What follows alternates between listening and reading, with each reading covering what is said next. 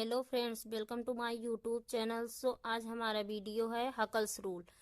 आइए हम देखते हैं कि हकल्स रूल क्या होता है। Identify the aromatic character of organic compound. यानी एक साइंटिस्ट हकल्स थे जिन्होंने ऑर्गेनिक कंपाउंड के कैरेक्टर को आइडेंटिफाई करने के लिए हमें एक रूल दिया जिसे हम हकल्स के रूल के नाम से जानते हैं। यानी कि हकल्स ने हमें बताया कि कौन से कंपाउंड एरोमेटिक है और कौन से compound non aromatic compound show कर रहा है। अकॉर्डिंग टू हकल्स रूल हम इस रूल के अनुसार देखेंगे जो 4n+2 पाई इलेक्ट्रॉन फॉलो करेगा तो वह एरोमेटिक कंपाउंड होगा।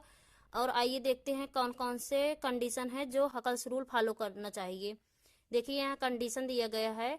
पहला कंडीशन है साइक्लिक एंड प्लानर। यह साइक्लिक और प्लानर होना चाहिए, कॉन्जुगेटेड के रूप में होना चाहिए, डबल सिंगल ऐसे अल्टरनेट क्रम में आना चाहिए।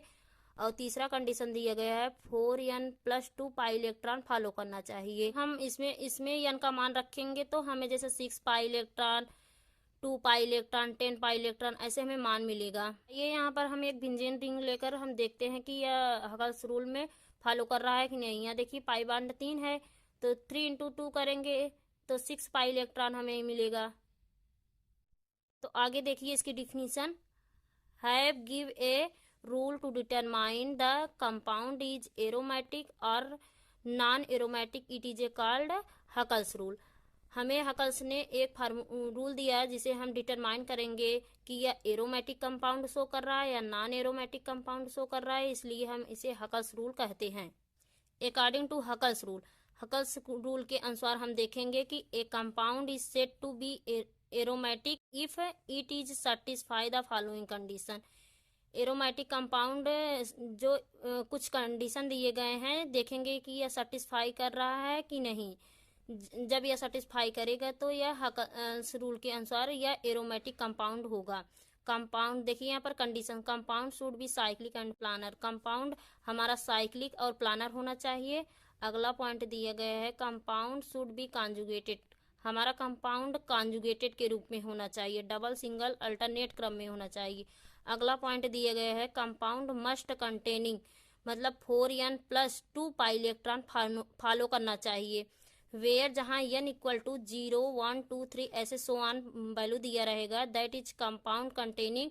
जब हम इसमें हकल्स रूल में इसका मान रखेंगे n का तो हमें अलग अलग मान मिलेगा। देखिए 2 पाई, 6 पाई, 10 पाई, 14 पाई इलेक्ट्रॉन ऐसे हमें वैल्यू मिलेगा, तो इसे हम एरोमेटिक कंपाउंड कहते हैं।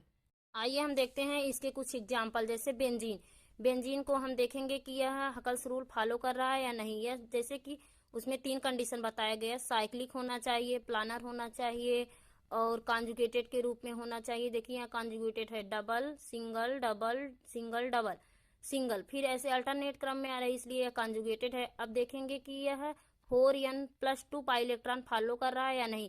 जब इसमें हम n का मान रखेंगे तो देखिए यहाँ पर 6 पाई इलेक्ट्रॉन मिलेगा हमें।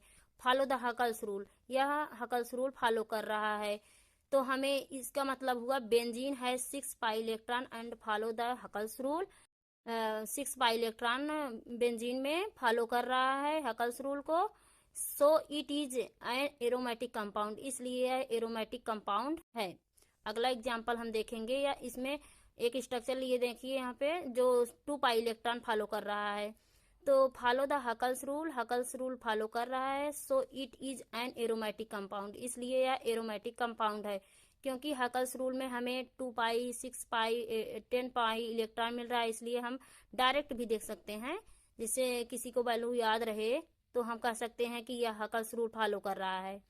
अगला एग्जाम्पल, जैसे हम नेप्थलीन लिए हैं। नेप्थलीन में हम सबसे पहले देखेंगे कि इसमें पाई बॉन्ड कितने हैं। आइए काउंटिंग करते हैं, 1, 2, 3, 4, 5 5 है ना, तो यह 10 पाई इलेक्ट्रॉन फॉलो कर रहा है। फॉलो द हकल्स रूल, यह हकल्स रूल फॉलो कर रहा है। So it is an aromatic compound, इसलिए यह एरोमेटिक कंपाउंड है। अगला एग्जाम्पल हम लेंगे नेप्थलीन। नेप्थलीन में हम देखेंगे पाई बॉन्ड कितने हैं।